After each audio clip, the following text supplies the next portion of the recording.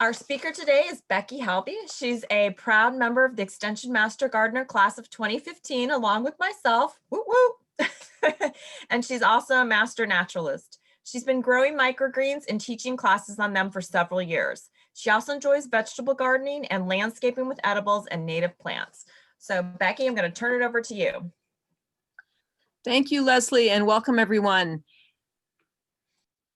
If this was a class in person, as I usually do, I could take a little, I could ask you if you have ever grown microgreens yourself or what your familiarity is. I'm assuming that you have never grown microgreens, so this is a truly beginner's class. And I want to do this class because microgreens have really gained in popularity. And this Christmas, I was inundated in my phone and on my computer with ads about these microgreen kits, and they were really expensive. They were $50 to $80 for a microgreen kit. And folks, all you need is the growing medium, a seed source, and a container, a reused container, and you can grow your own microgreens. So that's why I wanted to do this class and just let you know that you don't have to spend a lot of money to get a lot of nutrition and enjoyment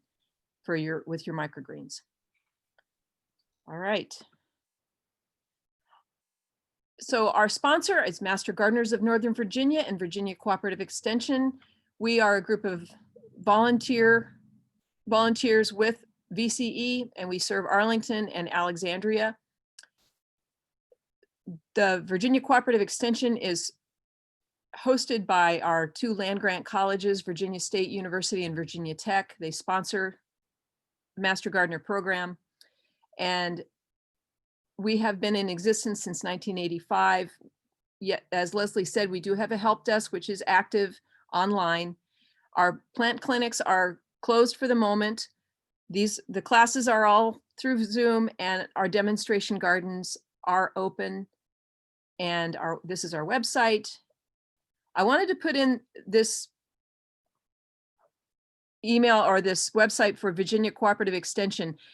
If you have a gardening question of any kind, if you type in .edu at the end of whatever you want to know about, you will likely get an extension answer from Pennsylvania or Maryland or Virginia, or you might get one from California. Try to stick with the ones that are closer to our area, but that's where you'll get cooperative extension information, and that's really the best around. All right. So let's get to microgreens. This is what we're going to cover today. What are microgreens? Why should you grow them? And why eat them? Their nutritional value, some how-tos. And during the how-tos, I'm going to stop the PowerPoint and give a little demonstration, because I have some microgreens here to show you, and I'm going to show you how to prepare your container.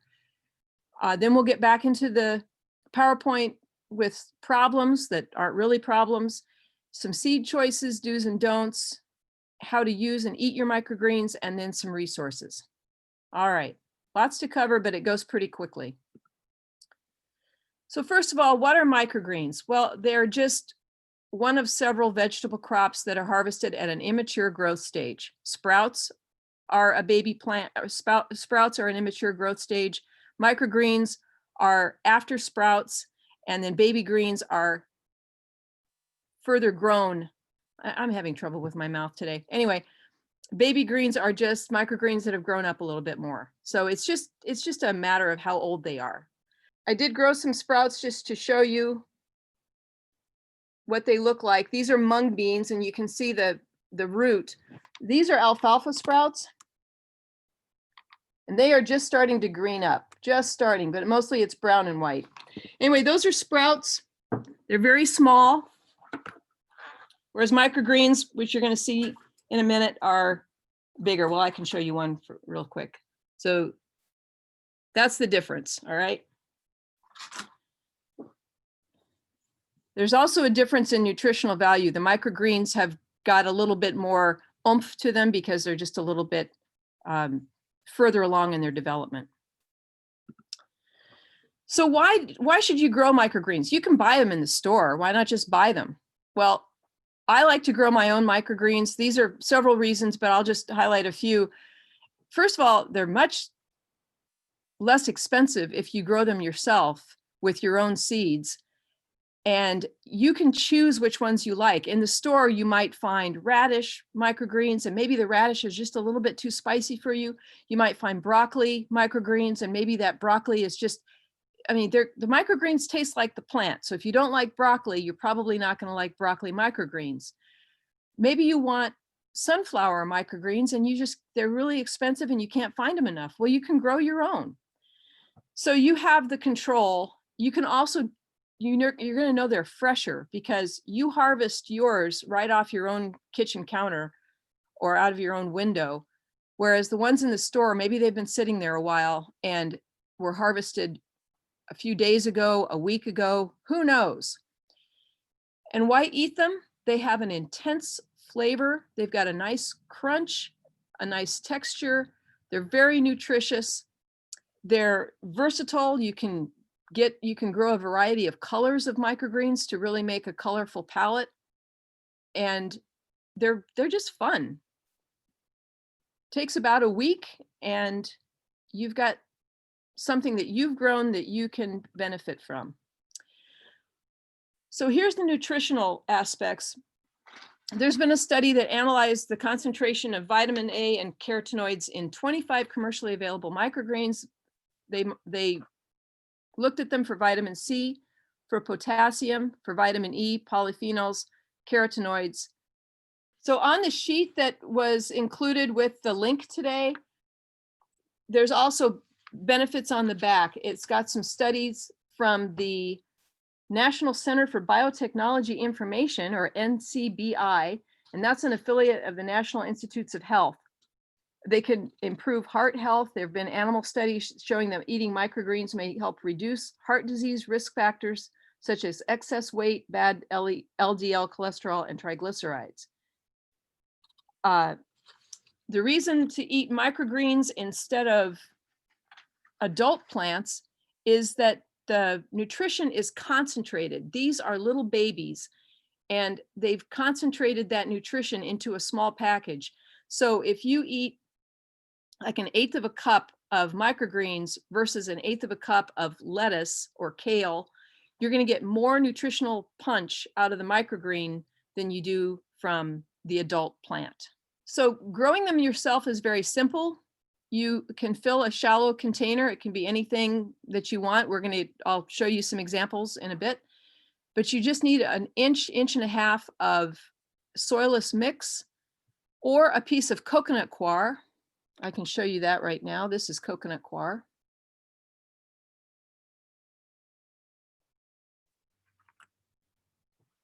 Or other growing medium. I've seen microgreen YouTubes that they use 2 pieces of paper towel. They sandwich the seeds in between pieces of paper. So I just have my preferred method and that's what I use. I'm not a commercial grower. I want to say that. I grow these for these classes and for myself. So I don't know. I mean, I often get questions about how do I grow them commercially? I'm not the one to ask. This is just for your own use. You want to sow the seeds thickly and evenly at a recommended depth. I have an example of that right here. So that's how thick you want them. You want to pretend you're like a toddler with a cupcake and sprinkles and just really put a lot in there. You want the seeds right up against each other. You can water the pot from the bottom, or the container from the bottom, or you can use a mister and just lightly mist on the top. When I say water from the bottom, the container that's got your microgreens should have holes in the bottom, and you want to put that into another container, sandwich it in there, and put the water into the container without the holes, and then set your other container in there, and the water will seep up from the bottom. That's what I mean from water from the bottom. When they are ready to harvest, if it's in a soilless mix, you want to harvest with your scissors when they're 1 to 3 inches tall and enjoy them.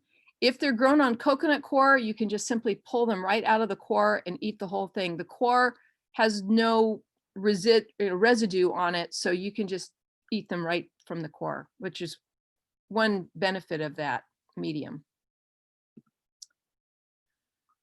So again, cut at the soil line and or pull them out. Most will not regrow. The exception is peas. If you grow peas as a microgreen, you want to let them get, I don't know, 7 inches tall or so, and then cut down about 3 inches. And as long as you leave some leaves on the microgreen, they should resprout and keep going. That's the only one that I'm aware of that acts that way, but that's a reason to grow peas, because you can use them. It's like come and come again. You want to refrigerate your microgreens. If you're not going to use them immediately, then refrigerate them in a clean container, glass, or a baggie for up to 10 days. I like to just harvest as many as I'm going to use at the time and then let the rest stay in the container, keep growing. So this shows the pea shoots. This is at a restaurant, and you can see the peas are, I don't know, that's probably 7 inches, 7, 8 inches tall, and they can harvest those at will and then leave them to grow again. So I encourage you to try a variety of crops, containers, growing locations, media. This is how I typically grow them, the little yogurt containers. Back in the day, I used to give away the kits. I would have a yogurt container with some soilless mix and a seed packet for all the participants. And so that's why I usually grow them in yogurt containers, because I have a lot. And you can see they're just underneath this is just sorry, need to use my pointer. This is just my kitchen cabinet, and there's a light underneath here. I've put them on a box to get them closer to the light source. You want them right snug up against the light source so they don't get too leggy. You want them full. And this just shows the variety of colors you can grow for microgreens. All right, now we're going to start. You can, again, what I was saying, you can use the repurposed food containers. These are things that, you know, your fruit comes in, your grapes, strawberries come in these kind of quart-sized clamshells. You can also use pint-sized clamshells, which you'll see in a minute. And again, why buy something when you can use something that you already have? Just clean these out, put your soilless mix in, moisten the soilless mix so that the seeds don't, so that the soil doesn't rob all the moisture from the seeds. So you want to have a moistened soilless mix, and then start your microgreens. All right, I can take questions now. I'm going to stop the share and get ready for our demonstration. Okay, Becky, there were 2 questions. Do you have a recommendation which microgreen packs the most nutrition? Here we go. The top 5 microgreens. So this is, you know, studies are studies, right? This is according to one study, and this was looking at provitamin A, but cilantro was the top, then red sorrel, garnet amaranth, red cabbage, and pea tendrils. Now, again, this is just one study, and it's looking at one vitamin. So if you're looking for other types of nutrition, there may be a different answer. The other question was, is one microgreen easier to grow than another? I mean, if you were a novice, what would you recommend people start with? Definitely radishes. I started all my microgreens last Friday, and the radishes, you will see, they will break open, the seeds will break open within 24 hours. I'm not kidding. And I started eating these yesterday. I had a grilled cheese sandwich, and I cut some of these and put them on my grilled cheese sandwich. So radishes are by far the ones that grow the best of any that I've tried. These broccoli mixes and things, well, we're going to get to seed choices in the demonstration part. So was there another question, Colleen? First of all, because I'm going to put this on my computer keyboard to protect it, this is a heat mat, and it's got an electric cord. This is not required equipment for growing microgreens, but if you want to, my kitchen is extremely cold. I keep my house pretty cold in the winter. And if you want to give them a boost, the heat mat will work. It warms it up to about 70 degrees. You just put your containers right on this. It's plastic, so it's not going to get, short out or anything. So that's the heat mat, not required, but it may help if your house is cold. The lighting that you choose may help warm it too. All right, here again is the coconut coir. If you want to use that instead of soilless mix. And coconut coir, the only difference between, well, not the only difference, but one of the main differences between using coconut coir and the soilless mix is before you plant on this, you want to soak it. So just put it in a container of, I just use filtered tap water for overnight, 24 hours. Overnight is sufficient, but up to 24 hours. And the coconut coir, you will want to put into a container that doesn't have any holes in it, because the way you water it is to put the water around the sides of the coconut coir. All right, well, I wanted to show you the difference between what grows in the soilless mix and how it grows on the coir. So again, this is the radish, which is just the beast of microgreens. They just grow, they want to grow like crazy. And another one I grew is a broccoli mix. So you can see these are a little bit, they have different sizes. And let me pull out the packet so I can tell you what is in this particular mix. These are all, the seeds I use are a variety of seeds that Master Gardeners gets from seed companies at the end of their seed year. So this is the thing about microgreens. It's a great way to use up your old seeds, as long as they are edible plant seeds. We're going to get to that in a minute. There are some seeds, like you don't want to use tomatoes, pepper, eggplant seeds to grow your microgreens. Those are all in the nightshade family, and the plants are not going to be good for you. So you only want to grow microgreen seeds that are going to grow into plants that are edible, by which I mean anything's edible, but we want you to be able to eat them again and again and again and benefit from them, right? So this happens to be Lake Valley Organics, and these are sold as, well, and we get them free, but these are sold as sprouting seeds. Anything you see as sprouting seeds can be grown as microgreens. So they've got the directions on the back to do sprouts, but you can follow the directions in this tutorial and grow your microgreens. So this is the tasty broccoli mix. It's alfalfa, broccoli, and clover. These are peas that are growing in a soilless mix. And you can see, now these were started a week ago.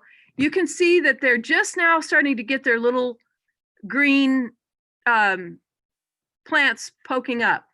So peas are going to take you a little while, but like I say, they're going to be come again. So you can keep harvesting these once they take off. You can just use your regular packets of peas. You don't have to order special microgreen seeds. I often get the question, do they have to be organic? I'm not a hardliner on organic seed. I do want seeds that don't have GMO in them. That's where I draw the line. I was talking to my cousin, and she said with microgreens, since the plant is much closer to the seed, you're not growing it to an adult stage, she would feel much more comfortable using only organic. But that's a matter of choice for you. I have been growing both organic and non-organic. I just try to choose non-GMO. All right, so I'm going to show you the coconut coir now. And you're going to notice it's quite a bit different. So I've got 3 things in one container. These are the radishes, the powerhouse, right? This is the broccoli mix right here in the middle. And then way on the end are the peas. And you can see they're still rattling around because they haven't quite sunk in. I want to show you one. Let me pick one up. The ones that are in the soilless mix, you saw that they're already getting their green. These peas have their root, but only a few of them are starting their green. And part of that is because my house is cold. And maybe if they were still on the heat mat, they'd be a little happier, but the heat mat dries out the core, and because these other ones are planted with them, it's going to dry them out too much. So these peas are going to have a little bit slower start, but they'll get there.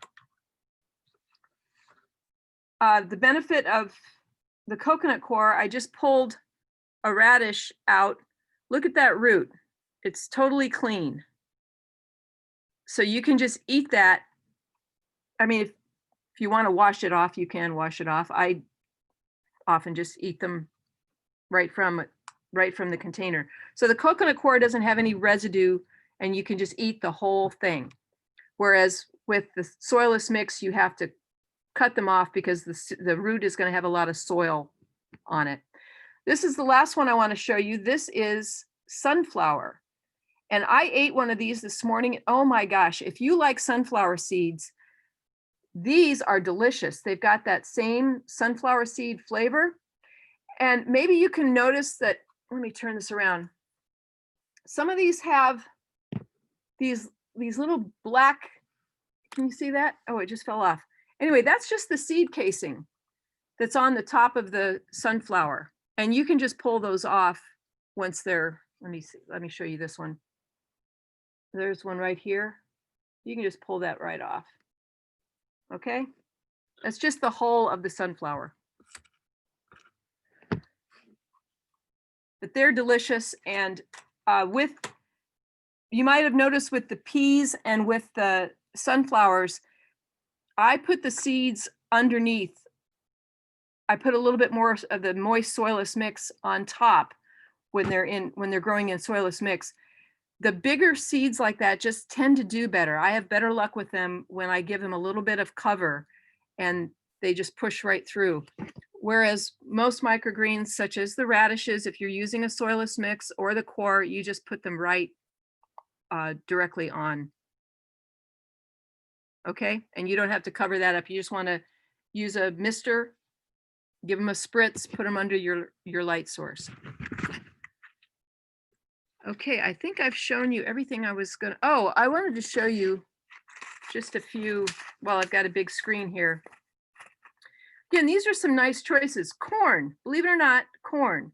So if you have some old corn from a year or two ago, go ahead and try it. Corn is gonna taste, I mean, corn is a grass, so it's gonna grow up like a grass, but when it's tender, it has a nice corn flavor. And if you want it to stay really tender, you can grow these, once they've sprouted, put them in a dark cabinet so that they don't develop much chlorophyll, and they'll be more yellow, but they'll have a much more tender texture. And just a few more, it's fun to grow these rainbow beets because each stem is going to be the color of, it'll be like red or yellow or white, depending on what type of beet it is. So that's always fun. You have a little color with your microgreens. And then carrot are very frilly. You know what carrot tops look like? They're going to be like little miniature carrot tops, and they taste like carrot. So, give it a try. Be bold. All right. Any more questions? Becky, there was just one recently. Have you ever grown a mixed microgreen salad? And if you do, how do you time the seeds? I have just used them as additives for salad. I've never grown enough at one point to make an entire salad out of them. But that, you can see what happens when this is for demonstration purposes, but and my peas are all sliding. But when you grow things like this, you're gonna get them growing at different rates. So that is one suggestion, is that you try to keep things in keep like with like. Now, that's not to say that these mixes aren't a nice idea. And there's one that's grown much taller than the others, much faster than the others. I can't tell you which one it was. I'm not sure. That's the broccoli mix. So if you want to try a salad, I would go for one of the mixes. I would go for like this Lake Valley Organics. They do have a salad blend mix. I will warn you about salad blend mix though, that lettuces are pretty fragile. So you're going to get very, very thin, tiny little microgreens in a salad mix. I would go more with a kale, broccoli, beet, something like that. Could you comment on growing nightshades as microgreens, tomatoes and peppers? Don't do it. Those plants are not meant to be eaten. We eat the fruit, but not the plant. And when you're eating microgreens, you're eating a plant. Also, I mean, I get into this a little further on, you know, don't grow pumpkin, don't grow cucumber. They're just not good. Those plants are not meant to be eaten and they don't taste good. You know, you want to grow a microgreen that's good and good for you. So stick with the tried and true that we're discussing here today. Stick with ones that you can get as sprouts. You know, this is the sunflowers. So there was also a question about E. coli and salmonella, if those are a problem, and if they are, how do you try and prevent them? Well, that's a good question. That's why I'm doing a class on microgreens instead of sprouts. Sprouts are wonderful. I'm not saying anything bad about sprouts. Sprouts just need more care. Sprouts need to be rinsed morning and evening. You have to be very diligent about that. You want to, after you've rinsed them, my sprouts, I have these little lids that have holes in them. And you can get lids with different sizes of holes depending on what you're growing, but that's to aid you in rinsing. If you don't have something like this, you can use nylon or cheesecloth, anything like that that's going to help drain it and be durable. I wouldn't use a coffee filter, but I would use something that's durable. But then you have to put them at an angle to let them drain through the day, and then you rinse them again at night, and then rinse them again in the morning. You know, it's the sprouts that you often see in the grocery store where there is the E. coli salmonella problem. Not so much with microgreens, especially if you're growing them yourself. I am going to show you some of what people think of as problems with microgreens, and beginners get really nervous about this, but it's fine. And one thing before I go back to my big screen, I meant to mention, these are clamshell containers that have holes in them. There are slits in these. So I've put a coffee filter in. I wet it. So again, it's not taking the moisture out of the soilless mix. I put in moistened soilless mix, and then I sow my seeds on top.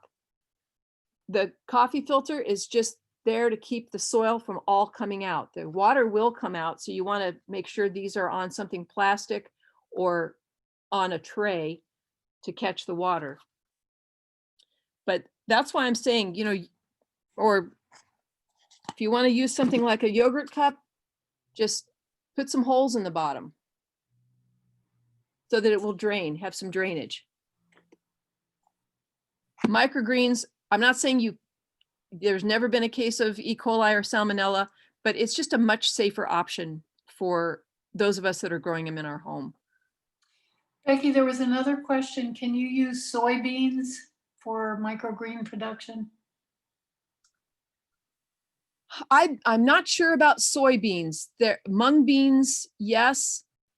I don't know about soybeans. I'm more careful with beans these days because I learned just a few years ago that some of our beans, like lima beans, you should not eat a pod of a lima bean.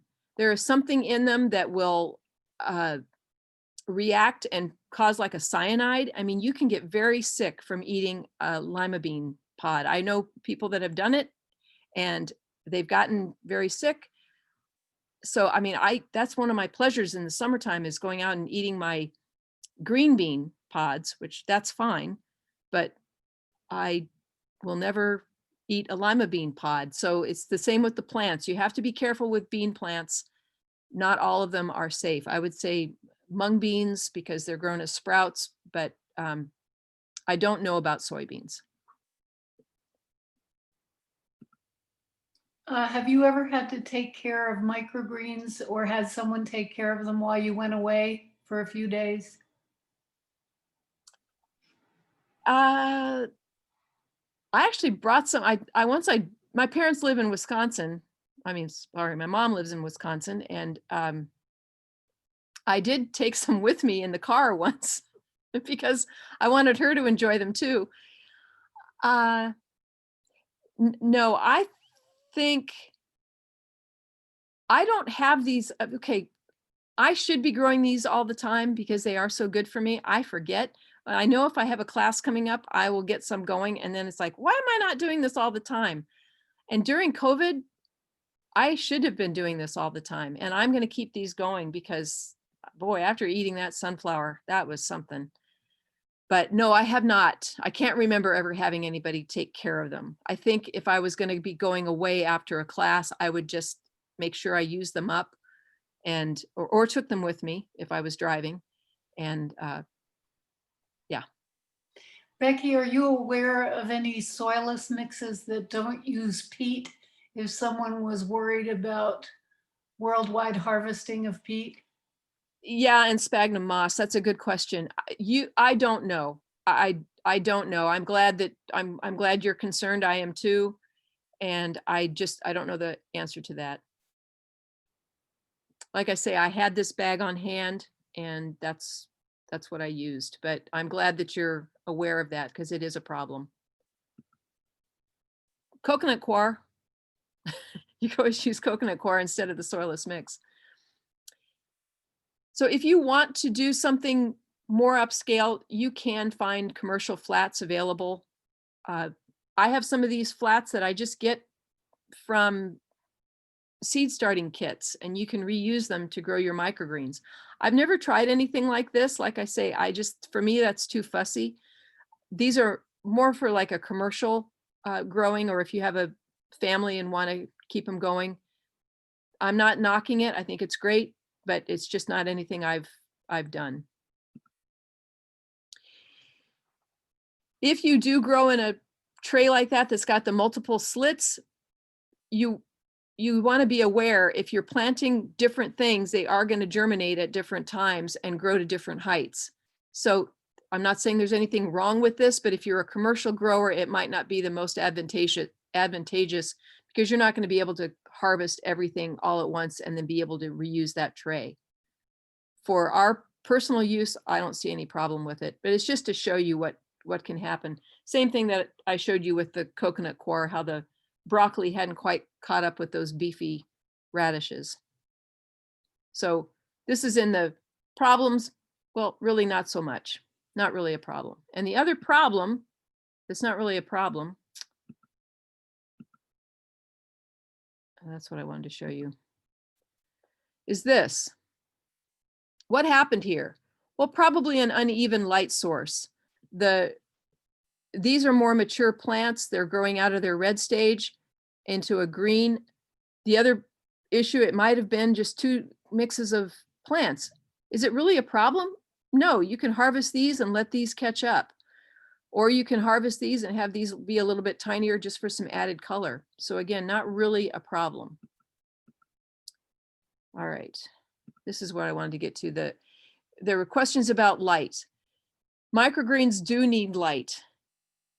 Because I got this question a lot, I did try growing some in my one sunny window.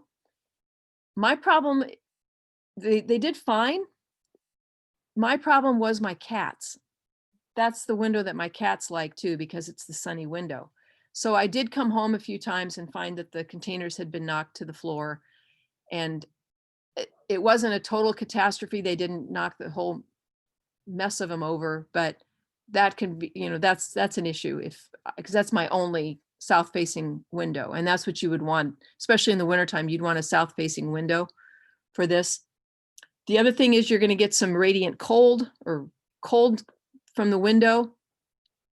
So they might grow a little bit slower. I had some under my fluorescent under counter lights that I showed you earlier. And I had the same type growing in my window. The ones under the fluorescent lights got a head start, but the ones in the window did catch up. So yes, you can grow them in a sunny window. I have also grown them under LED lights, like the the red and the blue that is nice for growing seedlings. And they've done fine under that too. Some people get really technical about, oh, you have to use an F8 fluorescent light. And again, if you're a commercial grower, that's going to make more of a difference for you. For me, the little fluorescents right underneath my kitchen counter, that's been fine. And things like lettuce, arugula, mustards, they can tolerate a lower light than some of our other vegetables. So if you have low light or not a good light source, then you might want to try those. The more light you have to give them, though, the better they're going to grow. So a lot of times we say, oh, if you have shade in your garden, you have to grow just greens. Well, those greens are going to grow a lot better if you have more sun. But yes, they will tolerate shade. All right, sticking with microgreens, sorry. So again, keep your plants close to the light source. You want them, maybe an inch, maybe inch and a half, 2 inches away from that light source, if that's possible. They're going to start growing up. So with my boxes, I get smaller and smaller boxes or shorter and shorter boxes as they grow up to help keep them at the right height. You can also use a shelving unit and put a longer fluorescent or an LED, a longer LED on top of the, on one shelf, and then have your greens underneath on this lower shelf. Anything you want. Like I say, I don't want to buy special equipment. I want to use what I have, and this is how it works for me. Indoor temperature does make a difference. Like I say, my house is pretty cold, and so when the temperatures warm up outside and my house warms up, everything grows better. And it's going to be the same. Your microgreens are going to grow a lot better in the spring. And it's a nice thing to keep going year round, because yes, you can have your garden outside. Some of us can have a garden outside, but then you've got your little powerhouse microgreens growing inside to help benefit whatever dishes you're going to make. Give them more nutrition. So we've covered that. All right. This is another thing that looks like a problem. It looks like mold, but it is not. These are root hairs. And these happen whenever you grow microgreens, whether you're growing them in the core or in the soilless mix. All these are the little root hairs that are trying to find a way to protect themselves. They want to dig into that soil or soilless mix or coir, but you can see them even down here. All of that, and you look in there and you go, oh my God, I've got mold, they're ruined. No, they're not. It is just a root hair or a series of root hairs. It's natural. It's supposed to be there. They're fine. If you are concerned about your microgreens, use your nose. If they smell rotten, then maybe something's happened. Maybe your core has, if don't reuse the core. But anyway, that's one thing, is that it's gonna rot. And so use fresh core, use clean water, just practice the normal healthy techniques that you do when you are preparing food. But if something, I've had to pull a few peas out of here that they just got, I looked at them and they were not growing and they were kind of mushy. So I pulled them out. The others are fine. But this is not a problem. So what can you grow?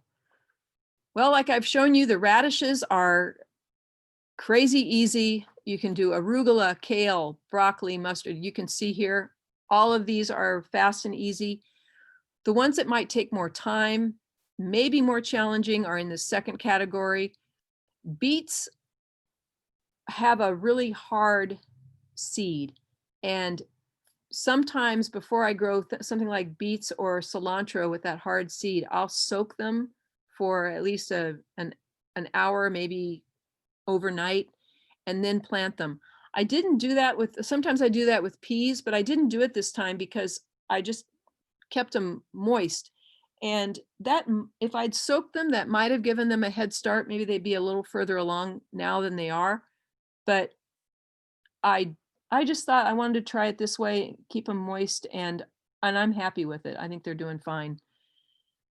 And spinach, I like the broccoli like the beets and the sunflower seeds, they have holes, but that's not a problem. They pull right off. Cabbage can have kind of an odor. Cabbage has an odor. And again, lettuces are fragile. Not to say you can't do them, they will grow, but they're just going to be really, really, they're going to look like a little tiny thread instead of something that's got a nice beefy stem to it, like these. All right. So any of these are good to go. Carrots, corn. This is not a complete list. And these are the top 5 that we looked at earlier. So what not to grow? Like I said, it's a great way to use your old seeds. I have had some seed packets from 2017 that I grew as microgreens, and they've been fine. But only grow microgreens that are edible as plants. So again, not tomatoes, not peppers, not eggplants. A lot of us have those seed packets from last year, the year before, 2 years ago. Don't use them for your microgreens. Don't use squash, cucumbers, okra, things like that. And take care with beans, because some bean plants can have a cyanide type of chemical in them that can be toxic for us. So again, when in doubt, stick with what you know. Look what's for sale in the stores and use those seeds.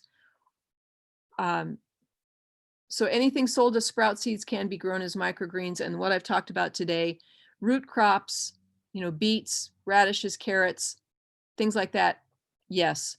Potatoes, no. Don't grow, don't grow potatoes as microgreens. Onions, leeks, sure. They would taste like little onions, maybe chive-like. But again, they're going to be pretty tiny. So just bear that in mind. And lastly, how do we eat microgreens? Eat them fresh. Don't cook these. You want all of that nutritional value fresh. So harvest what you need, let the remainder continue to grow, or you can harvest everything if you want to start a new crop and put what you're not using into a glass container or a baggie and put them in the fridge. You can add them to salads. Like I said, I had my grilled cheese yesterday. After I pulled it out from the broiler, I put some radish microgreens on top. Superb. It was so good.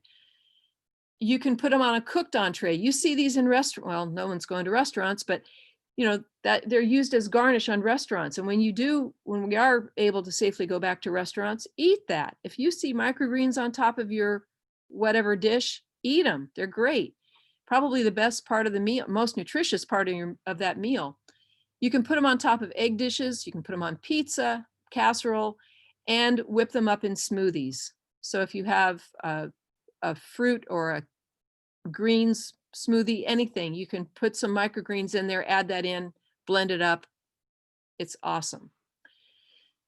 You'll find a lot of recipes on the internet. I actually have a cookbook, I think it's called Cooking by Seasons, that has some recipes that use microgreens. So they're becoming more and more popular, and you're going to see them everywhere.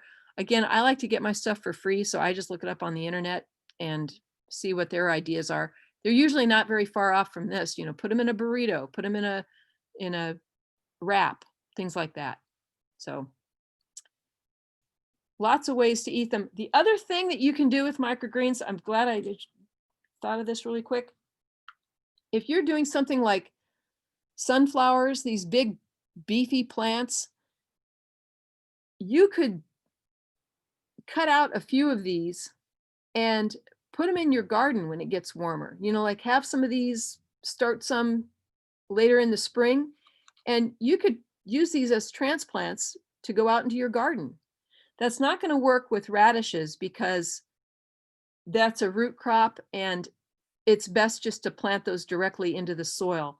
It's not even going to work so well with peas because peas grow much better if you just sow them directly into the soil.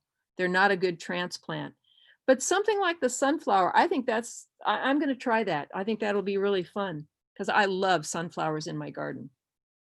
Brings in lots of wildlife. So something else you might not have thought about to use your microgreens. All right, I'm done. Except for your Okay, question. there are a bunch of questions. The first one was, how long do you keep the grow lights on?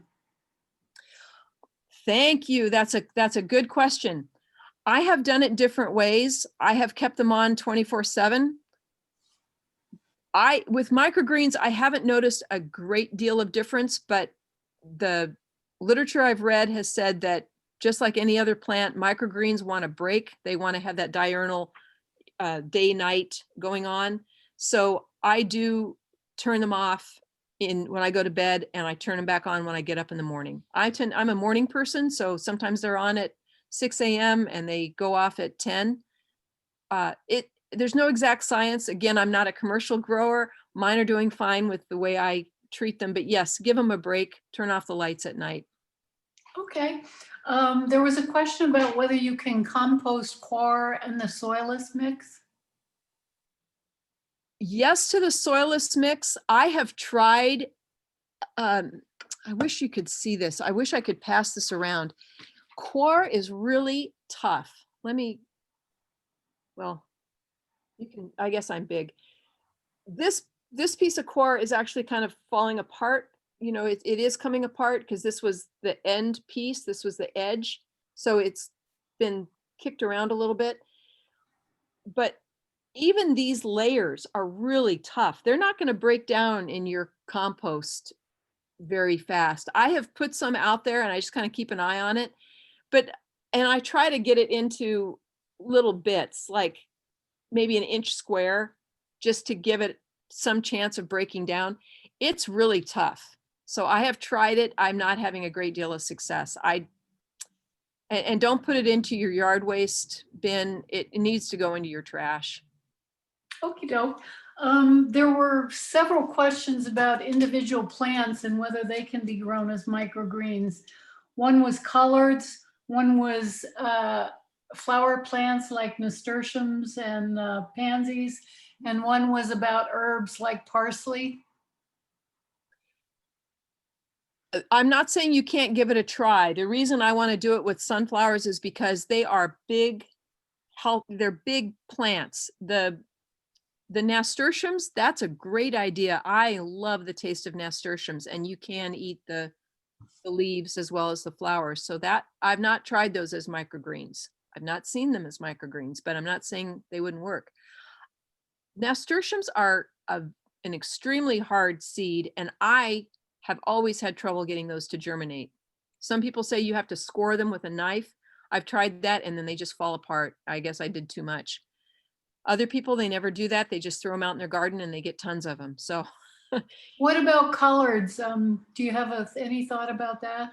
collards would be fine, but you know, collards would probably be not much bigger than these radishes. They may even be more like these broccoli. Those are very tiny little plants. It would